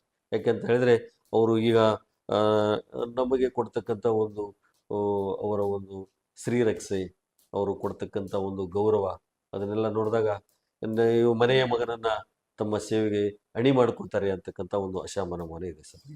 ಸರಿ ರಾಮನ್ ಗೌಡ್ರೆ, ಸ್ಥಳೀಯ ಸಂಸ್ಥೆ ಚುನಾವಣೆ ಆಗದಂತೆ 6-7 ವರ್ಷಕ್ಕೆ ಹೆಜ್ಜೆ ಇಡ್ತಾ ಇದೆ. ಮತ್ತು ಗ್ರಾಮ ಪಂಚಾಯತಿ ಚುನಾವಣೆ, ಕೆಲವೊಂದಿಷ್ಟು ಚುನಾವಣೆ ಈಗ 4-5 ತಿಂಗಳಿಂದ ಅಧಿಕಾರನ ಮುಗಿದಿದ್ದಾವೆ.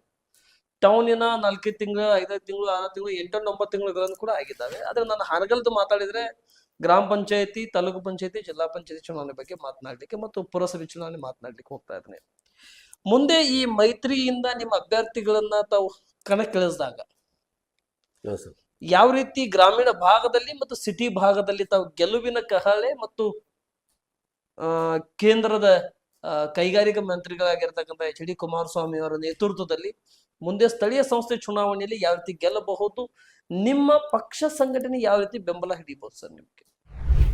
ಸರ್, ಈಗ ನೀವು ಒಳ್ಳೆ ಪ್ರಶ್ನೆ ಕೇಳಿದ್ರಿ. ಈಗ ಮೊನ್ನೆ ಗ್ರಾಮ ಪಂಚಾಯತಿ ಸದಸ್ಯರ ಅಧಿಕಾರಾವಧಿ ಮುಗಿದಾಗ ನಾನೊಂದು ಪ್ರೆಸ್ ಮೀಟ್ ಮಾಡಿದೆ ಸರ್. ಏನು ಪ್ರೆಸ್ ಮೀಟ್ ಮಾಡಿದೆ ಅಂತ ಹೇಳಿದ್ರೆ, ಈ ಹಿಂದಿರ್ತಕ್ಕಂಥ ಸರ್ಕಾರಗಳು ಪ್ರಜಾಪ್ರಭುತ್ವ ವ್ಯವಸ್ಥೆಯನ್ನು ಹಾಳು ಮಾಡ್ತಕ್ಕಂಥ ಒಂದು ಚಿಂತನೆಯಲ್ಲೇ ಇದ್ದಾವೆ ಸರ್. ನೋಡಿ, ಸುಮಾರು 7-8 ವರ್ಷ ಆಯಿತು. ತಾಲೂಕ್ ಪಂಚಾಯತಿ ಮರೀಚಿಕೆ ಆಯಿತು, ಜಿಲ್ಲಾ ಪಂಚಾಯತಿ ಮರೀಚಿಕೆ ಆಯಿತು. ಸಾರ್ವಜನಿಕ ಸೇವೆ ನೇರವಾಗಿ ಬಂದು ಮುಟ್ಲಿಕ್ಕೆ ಇರ್ತಕ್ಕಂಥ ವ್ಯವಸ್ಥೆಗಳನ್ನು ಕುಂಠಿತಗೊಳಿಸಿ ಕಟ್ ಮಾಡಿ ಹಾಕಿಬಿಟ್ರು ಸರ್ ಈ ಸರ್ಕಾರಗಳು. ಅದೇ ರೀತಿಯಾಗಿ ಮೊನ್ನೆ ಕೂಡ ಗ್ರಾಮ ಪಂಚಾಯತಿ ಸದಸ್ಯರ ಅಧಿಕಾರಾವಧಿ ಮುಗಿದಾಗ ನಮಗೆ ಯಾವ ರೀತಿ ಭಯ ಕಾಡ್ತು ಅಂತ ಹೇಳಿದ್ರೆ, ನಮ್ಮ ಸಾರ್ವಜನಿಕರನ್ನ ರಕ್ಷಣೆ ಮಾಡ್ತಕ್ಕಂಥ ವ್ಯವಸ್ಥೆ ಎಲ್ಲಿದೆಯಪ್ಪ ಅಂತಕ್ಕಂಥ ಒಂದು ಸಮಸ್ಯೆ ಕಾಡಿದಾಗ ನಾನೊಂದು ಪತ್ರಿಕಾಗೋಷ್ಠಿಯನ್ನು ಮಾಡಿ ಸರ್ ರಾಜ್ಯ ಸರ್ಕಾರಕ್ಕೆ ಒಂದು ಮನವಿ ಸಲ್ಲಿಸಿದೆ ಸರ್.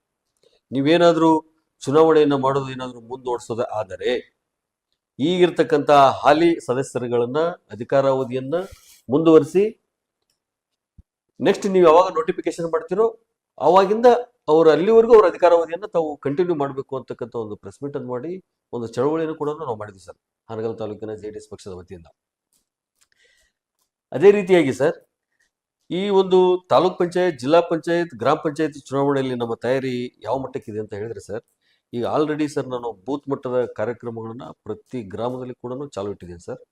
ನನ್ನ ಕಾರ್ಯಕರ್ತರಿಗೆ, ನನ್ನ ನಾಯಕರಿಗೆ ನನ್ನ ಒಂದೇ ಸಂದೇಶ, ನಾವೆಲ್ಲ ರೈತರ ಮಕ್ಕಳು, ಕರ್ನಾಟಕ ರಾಜ್ಯದಿಂದ ಕೇಂದ್ರ ಸರ್ಕಾರದಿಂದ ಬರ್ತಕ್ಕಂಥ ಸೇವೆಗಳನ್ನು ನೇರವಾಗಿ ಪಡಿಲಿಕ್ಕೆ ನಮ್ಮ ಅಧಿಕಾರ ಏನು ಅಂತಕ್ಕಂಥದ್ದನ್ನ ಸಾರ್ವಜನಿಕರಿಗೆ ಕೊಡಲಿಕ್ಕೆ ನಾವು ಗ್ರಾಮ ಮಟ್ಟದಲ್ಲಿ ಬೂತ್ ಮಟ್ಟದಲ್ಲಿ ನಾವು ಒಂದು ಅಧಿಕಾರವನ್ನು ಹಿಡಿಬೇಕು ಅಂತಕ್ಕಂಥ ಒಂದು ವಿಚಾರಧಾರೆ ಇಟ್ಕೊಂಡು ನಾವು ಸಂದೇಶವನ್ನು ಕೊಡ್ತಾ ಇದ್ದೀವಿ ಸರ್. ನಾವು ಹಾನಗಲ್ ತಾಲೂಕಿನಲ್ಲಿರ್ತಕ್ಕಂಥ ಪ್ರತಿ ಪಂಚಾಯಿತಿ ಮಟ್ಟದಲ್ಲಿ ಕೂಡ ನಾವು ನಮ್ಮ ಒಂದು ಗ್ರಾಮ ಪಂಚಾಯತಿ ಸದಸ್ಯರ ಚುನಾವಣೆಗೆ ನಮ್ಮ ಅಭ್ಯರ್ಥಿಗಳನ್ನ ಹಾಕ್ತೀವಿ. ತಾಲೂಕ್ ಪಂಚಾಯತ್ ಚುನಾವಣೆಯಲ್ಲಿ ಹಾಕ್ತೀವಿ ಸರ್. ಜಿಲ್ಲಾ ಪಂಚಾಯತ್ ಚುನಾವಣೆಯಲ್ಲಿ ಕೂಡ ನನ್ನ ಕಾರ್ಯಕರ್ತರು, ನನ್ನ ನಾಯಕರು ಒಂದು ಹೋರಾಟದಲ್ಲಿ ಅಭ್ಯರ್ಥಿಗಳಾಗಿರ್ತಾರೆ ಸರ್. ಈ ಸ್ಥಳೀಯ ಸಂಸ್ಥೆ ಚುನಾವಣೆಯಲ್ಲಿ ಜೆಡಿಎಸ್ ಮತ್ತು ಬಿಜೆಪಿ ಮೈತ್ರಿಯಲ್ಲಿ ಎಷ್ಟು ಲಾಭ ಪಡೆದುಕೊಳ್ಳಬಹುದು? ಸರ್, ಈಗ ನಮಗೆ ಗಮನಕ್ಕಿದ್ದಂಗೆ ಸನ್ಮಾನ್ಯ ನಮ್ಮ ಮಾಜಿ ಪ್ರಧಾನಿಗಳಾಗಿರ್ತಕ್ಕಂಥ ಎಚ್.ಡಿ. ದೇವೇಗೌಡ ಸಾಹೇಬರು ಈ ಹಿಂದಿನ ಒಂದು ಪತ್ರಿಕಾಗೋಷ್ಠಿಯನ್ನು ಮಾಡಿ ಗ್ರಾಮ ಪಂಚಾಯತಿ ಮಟ್ಟದ ಚುನಾವಣೆಯಲ್ಲಿ ನಮಗೆ ಹೊಂದಾಣಿಕೆ ಬೇಡ ಅಂತಕ್ಕಂಥ ಸಂದೇಶವನ್ನು ಕೊಟ್ಟಿದ್ದಾರೆ. ಅದು ಮುಂದಿನ ದಿನಮಾನಗಳಲ್ಲಿ ನಮ್ಮ ಹಿರಿಯರು ಯಾವ ರೀತಿ ನಿರ್ಧಾರ ತೆಗೆದುಕೊಳ್ತಾರೆ, ನಮ್ಮ ರಾಜ್ಯಾಧ್ಯಕ್ಷರಾಗಿರ್ತಕ್ಕಂಥ ಎಚ್.ಡಿ. ಕುಮಾರಸ್ವಾಮಿ ಅವರು, ಕೇಂದ್ರ ಮಂತ್ರಿಗಳಾಗಿರ್ತಕ್ಕಂಥವರು ಯಾವ ನಿರ್ಧಾರ ತೆಗೆದುಕೊಂಡು ನಮಗೆ ಆದೇಶವನ್ನು ಕೊಡ್ತಾರೆ, ಆ ಆದೇಶವನ್ನು ನಮ್ಮ ಜಿಲ್ಲಾಧ್ಯಕ್ಷರ ಮುಖಾಂತರ ಬರ್ತಕ್ಕಂಥ ಆದೇಶವನ್ನು ಪಾಲನೆ ಮಾಡ್ತೀವಿ ಸರ್. ಸರಿ ಸರ್, ಥ್ಯಾಂಕ್ ಯು. ತುಂಬಾ ಧನ್ಯವಾದಗಳು ರಾಮನ್ ಗೌಡ್ರೆ. ಇಷ್ಟೊತ್ತಿನವರೆಗೆ ನ್ಯೂಸ್ ಆಫ್ 43 ಇಂಡಿಯಾ ಮತ್ತೆ ಇನ್ ಸರ್ವೆ 2028-29 ಚುನಾವಣಾ ಪೂರ್ವಭಾವಿ ಗ್ರೌಂಡ್ ರಿಪೋರ್ಟ್ ನಲ್ಲಿ ಮತ್ತು ನಾವು ಜನಸಾಮಾನ್ಯರಿಂದ ತಿಳಿದುಕೊಂಡಿದ್ದೀವಿ ಕ್ಷೇತ್ರದ ಪ್ರಬಲ ಟಿಕೆಟ್ ಮೈತ್ರಿ ಅಭ್ಯರ್ಥಿ ಆಕಾಂಕ್ಷಿ ಅಂತ ತಿಳಿದುಕೊಂಡಿದ್ವಿ. ಇವತ್ತು ನಿಮ್ಮಿಂದನೂ ಕೂಡ ನಮಗೆ ಖಚಿತವಾಯಿತು ತಾವು ಮುಂದಿನ ಚುನಾವಣೆಯ ಪ್ರಬಲ ಟಿಕೆಟ್ ಸೇವಾ ಆಕಾಂಕ್ಷಿ ಮೈತ್ರಿ ಪಕ್ಷದಲ್ಲಿ ಇದ್ದೀರ ಅಂತೇಳಿ.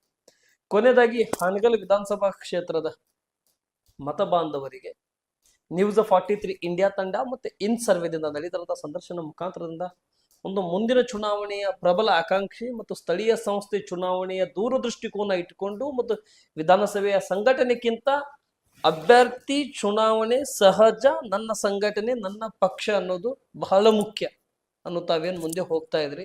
ಇದರ ಮುಖಾಂತರ ಕೊನೆಯದಾಗಿ ಒಂದು ಸಂದೇಶ ನೀಡಿದ್ರೆ ನಮ್ಮ ಮಾಧ್ಯಮದ ಮುಖಾಂತರ ರಾಜ್ಯ ಹೈಕಮಾಂಡಿಗೆ ಮತ್ತು ಬಿಜೆಪಿ ಕೇಂದ್ರ ಹೈಕಮಾಂಡಿಗೆ ಮತ್ತು ಜಿಲ್ಲೆಯ ವಿಧಾನಸಭೆಯ ಬೂತಿನ ಮತ್ತು ತಾಲೂಕು ಮಟ್ಟದ ಪ್ರತಿಯೊಬ್ಬರಿಗೂ ಒಂದು ಮನವಿ, ಒಂದು ಸಂದೇಶ ನೀಡುವುದಾದ್ರೆ ಆ ಮುಂದಿನ ಮೈತ್ರಿ ಅಭ್ಯರ್ಥಿ ಸ್ಥಾನದ ಆಕಾಂಕ್ಷಿಯಾಗಿ ಏನ್ ಹೇಳಕ್ ಇಷ್ಟಪಡ್ತಾರೆ ಸರ್? ಎಲ್ಲರಿಗೂ ನನ್ನದೊಂದು ಮನವಿ, ನನ್ನ ಎಲ್ಲಾ ಪಕ್ಷದ ನಾಯಕರೇ, ನನ್ನ JDS ವರಿಷ್ಠರೇ, BJP ಪಕ್ಷದ ಎಲ್ಲ ವರಿಷ್ಠರಿಗೆ ನನ್ನ ವಿನಮ್ರ ಮನವಿ, ನನ್ನ ಬೂತ್ ಅಧ್ಯಕ್ಷರಾದಿಯಾಗಿ ತಾಲೂಕು ಪದಾಧಿಕಾರಿಗಳು, ಜಿಲ್ಲಾ ಪದಾಧಿಕಾರಿಗಳು, ರಾಜ್ಯ ಪದಾಧಿಕಾರಿಗಳು, ರಾಷ್ಟ್ರ ಮಟ್ಟದ ಎಲ್ಲ ನನ್ನ ನಾಯಕರಿಗೆ ನನ್ನದೊಂದು ಮನವಿ, ಹಾನಗಲ್ ತಾಲೂಕಿನ ಸಮಸ್ತ ಜನರ ಸೇವೆಯನ್ನು ಮಾಡಲಿಕ್ಕೆ ತಾವು ಜಾತ್ಯತೀತವಾಗಿ ಪಕ್ಷಾತೀತವಾಗಿ ತಾವೆಲ್ಲರೂ ಅನುಕೂಲ ಮಾಡಿಕೊಡ್ಬೇಕು.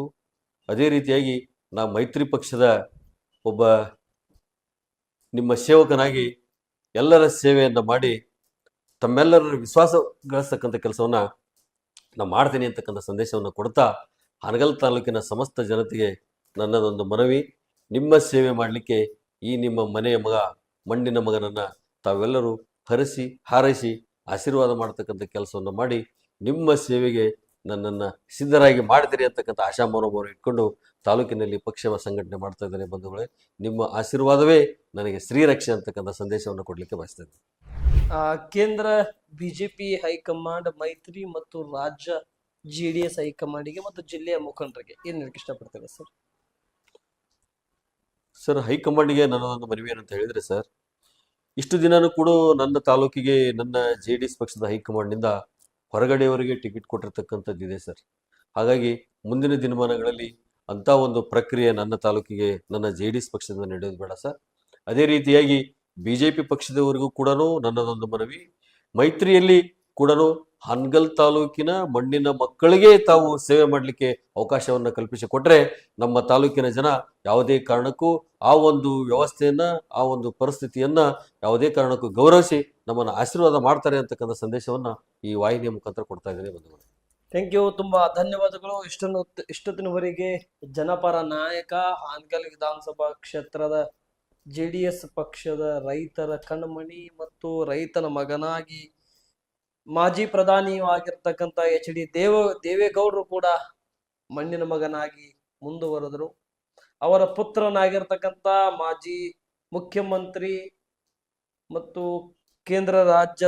ಕೇಂದ್ರದ ಹಾಲಿ ಕೈಗಾರಿಕಾ ಸಚಿವರಾಗಿ ಮಣ್ಣಿನ ಮಗನಾಗಿ ಮುಂದುವರಿತಾರಂತ HD ಕುಮಾರಸ್ವಾಮಿ ಅವರು ಮತ್ತು ಹಾನಗಲ್ಲಿನಲ್ಲಿ ರಾಮನಗೌಡ ಬಸನಗೌಡ ಪಾಟೀಲ್ ಅವರು ಕೂಡ ಅದೇ ವೇಗದಲ್ಲಿ ಹೋಗ್ತಾ ಇದ್ದಾರೆ.